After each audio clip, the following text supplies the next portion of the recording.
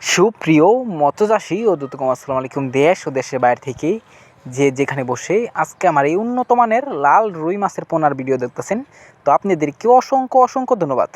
তো চাষি ভাইরা, ভিডিওটা কেটে কেটে দেখবেন না, সম্পূর্ণ ভিডিও দেখবেন।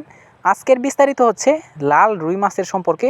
তো যারা যারা লাল রুই মাছ চাষ করতে চান ওদের জন্য আজকের এই মূল ভিডিওটা, অবশ্য সম্পূর্ণ ভিডিও দেখবেন, নাইলে বুঝতে পারবেন না লাল রুই মাছ কীভাবে চাষ করতে হয়। তো চাষি ভাইরা, এই যে দেখুন কত সুন্দর লাগছে লাল রুই মাছের পোনা।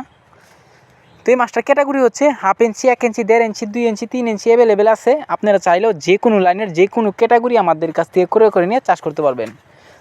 তো চাষি ভাইরা, এই মাছটা কিন্তু আপনারা 3.5 মাসে বাজারজাত করতে পারবেন। তো এই মাছটা যদি চাষ করেন অবশ্য ভালো করে পুকুর প্রস্তুতি করতে হবে। তো পুকুর প্রস্তুতি কীভাবে করবেন সামান্য বলে দিই। চারোদিকে ময়লা আবর্জনা থাকলে পরিষ্কার করে নেবেন, চারোদিকে যদি গাছপালা থাকে একটু পরিষ্কার করে নেবেন, চারোদিকে চুন সার পটাশ মারবেন।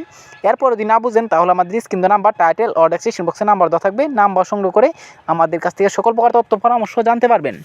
তো চাষি ভাইরা, এই মাছটা কিন্তু অন্য অন্য মাছের তুলনায় খেতে খুবই সুস্বাদু, পুষ্টিকর মাছের ভিতরে লাল রুই মাছ অন্যতম, এটা আমরা সবাই জানি। তো চাষি ভাইরা, আপনারা যদি বাজারে যান তো দেখতে পারবেন এক লাল রুই মাছের বেচা কেনার আনন্দময় দৃশ্য। এর কারণ হচ্ছে লাল রুইতে রয়েছে 20 থেকে 30% পুষ্টি বেশি রয়েছে।